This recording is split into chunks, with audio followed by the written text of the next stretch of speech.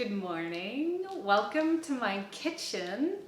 I'll tell you why I'm videoing here in a minute, but I'm excited to share today's word of the day with you, and that is the word love.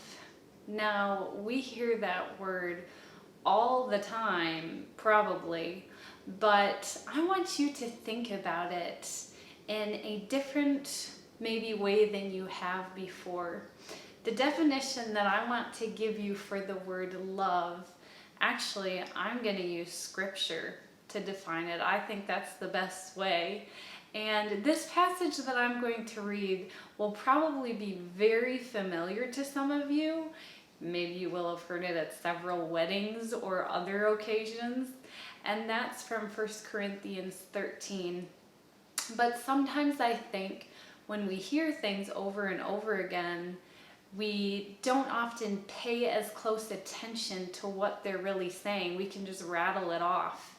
And so I want you to listen closely to how Scripture defines love from 1 Corinthians 13. It says, "Love is patient. Love is kind and is not jealous. Love does not brag and is not arrogant, does not act unbecomingly. It does not seek its own, is not provoked, does not take into account a wrong suffered, does not rejoice in unrighteousness, but rejoices with the truth. Love bears all things. Love believes all things. Love hopes all things. And love endures all things. Love never fails." That's a pretty good definition for the word love. But I also want you to think, as followers of Jesus, we are to display several fruits of the Spirit.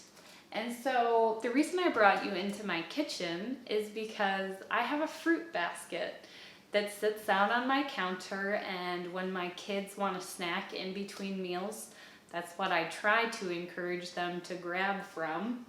But this fruit basket, I want you to think about the fruit of the Spirit as well, and how the first fruit of the Spirit is the fruit love. And I've often told myself, if I could conquer that first fruit of the Spirit, love, then I believe that all the other fruits of the Spirit would just fall in line behind. But love sometimes can be a hard fruit to conquer and to live out every day.